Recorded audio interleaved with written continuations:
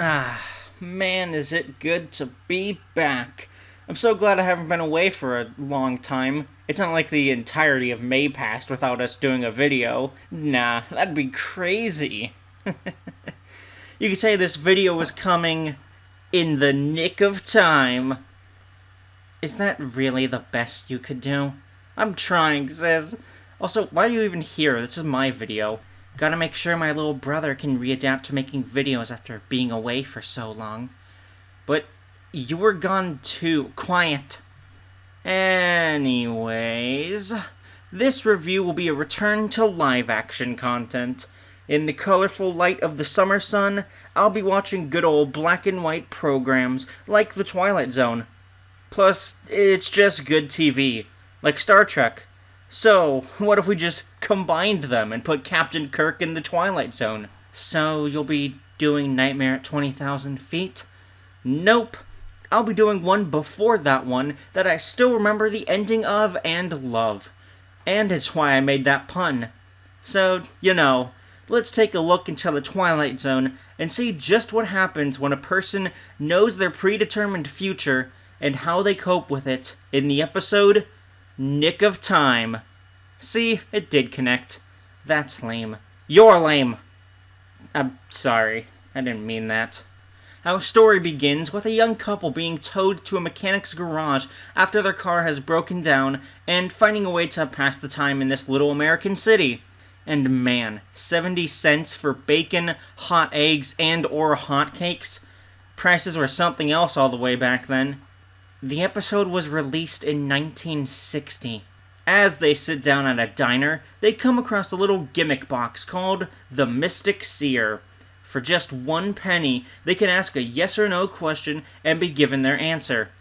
As a fun little test run, Dawn, the character played by Shatner, asks if anything exciting happens around town, only to be given an answer straight out of an 8-ball. But soon after, he will ask it again to pass the time. This time asking about his promotion and being given a rather good answer. With this extra boost in confidence, he decides to call into the office about said promotion, while his wife, Pat, looks at a little keychain of his with a rabbit's foot and a 4-leaf clover emblem. It may only be a small moment, but it's a really good way to show off Don's belief in superstitions and why he has any faith in this mystic seer. To his surprise, one of the co-workers tell him that he did indeed get the promotion. But, unfortunately for him, he now seems to be hooked on this devil box, even if it appears he is joking around at first. So he asks about the status of their car, and if it will take 4 hours, only to be given a vague answer. When he tries to get clarification about it, it gives another vague but slightly threatening answer. So he spends some more, trying to get a concrete answer about how long they should wait for their car to be fixed. Pat, good wife that she is, tries to get her husband away from the box and talk sense into him. She can tell the superstitious side of him is taking control and wants to try and pull him out of it, especially as he tries to convince her to stay in the diner with him until the destined 3 p.m. As it draws near, she tries once more and is able to convince him to finally leave. Even after they've left, though, he is still rather deeply affected by it, looking around in case of sudden danger or for proof that the box is true. And when they almost get hit by a speeding car, it cements it in his mind that the box must be true, which only worries her further. However, she can't bring herself to leave him as she tries to pull him out of this hole of obsession with both love and rational thinking. But once someone finds himself in a hole of their own making, it's rather difficult to crawl out of, as seen by him going back to the same machine to ask more questions. But hey, the car is fixed by now, meaning they can leave, right? Right? No, of course not. Instead, Dawn wants Pat to ask some questions, so she decides to ask it questions to prove that they're just general statements he is taking way too seriously. Instead, though, it has the opposite effect, and he spirals further and further. Pat tries one more speech to pull him out of it, that he is giving the box too much power over his life instead of taking the future into his own hands and making it his own. After being brought to tears, it seems like he is finally leaving it behind. As they leave, another couple come back to the same box and serve as the dark reflection to Don and Pat, chained to the box's foretold future. And that's it. And, my mind remembers a wholly different ending. Or maybe I accidentally remember a different episode's ending and just put it to this episode because it seemed rather fitting. But either way, I am just left being confused.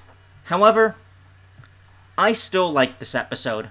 Although they do later bring up Don's superstitions in conversation, which sort of goes against what I said earlier about it being good characterization, the moment itself is still rather good.